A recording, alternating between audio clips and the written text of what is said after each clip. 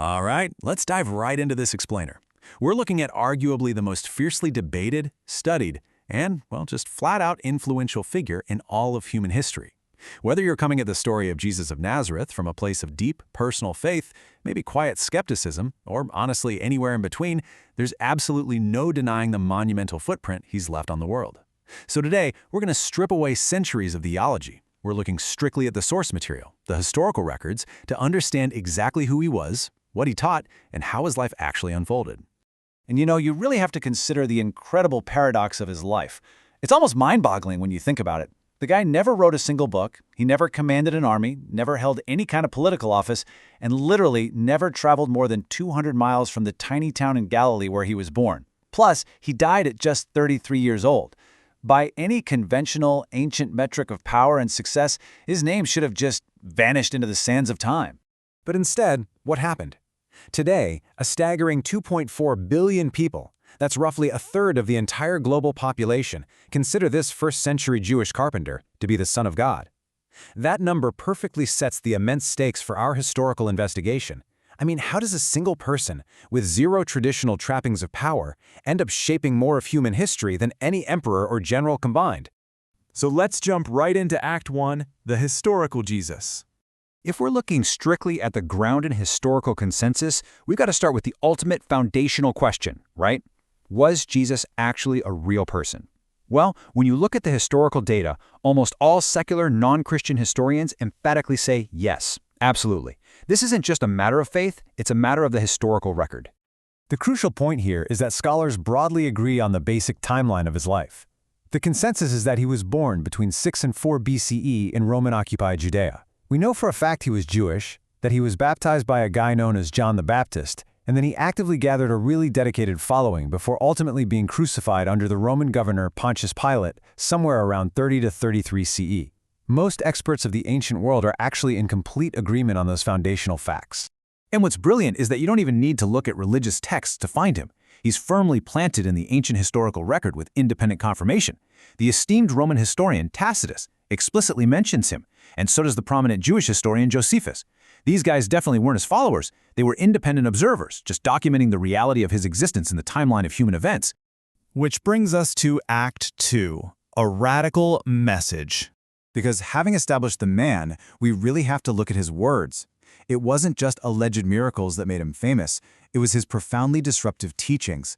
He actively preached about this coming kingdom of God, a new age of justice where the oppressed would finally be lifted up.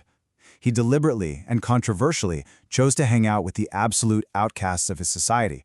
We're talking eating with tax collectors, prostitutes, lepers. And at the exact same time, he fiercely and publicly challenged the religious elite, even going so far as overturning the tables of the money changers right smack in the middle of the temple. His teachings were, frankly, incredibly paradoxical for that era. He's out there telling people to love their enemies, to forgive those who wronged them, and that the meek would inherit the earth. Now, put yourself in that time period. In a brutal, unforgiving world ruled by the iron fist of Roman imperial power, teaching people to love their enemies was a radically subversive stance. The powerful establishment absolutely saw these ideas as a direct threat to the very foundation of their authority. And that tension leads us right into Act 3, crucifixion and resurrection. That radical message inevitably forced a massive climactic clash. The authorities finally had enough. The Roman-backed Jewish leadership handed Jesus over to Pontius Pilate, ending his life on a Friday.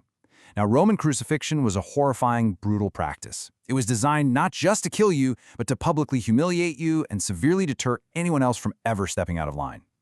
But then, according to Christian accounts, by that Sunday, the tomb he was placed in was found entirely empty. And this right here is the exact moment where secular history and deep faith profoundly diverge. If you look at it impartially, you can see how skeptics point to the total lack of contemporary Roman documentation of a resurrection.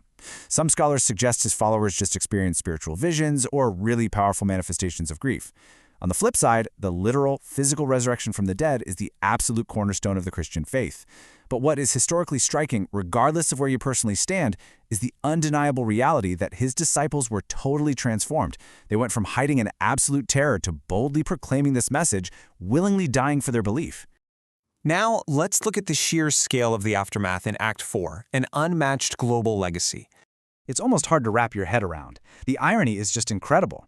Within just 300 years of his death, the exact same Roman Empire that brutally executed him completely flipped and made Christianity its official religion. And that legacy literally surrounds us today.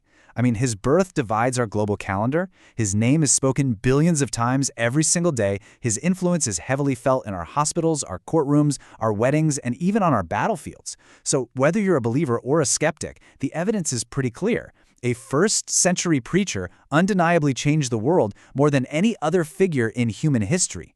The question of who he really was remains the most argued, studied, and deeply personal question we have.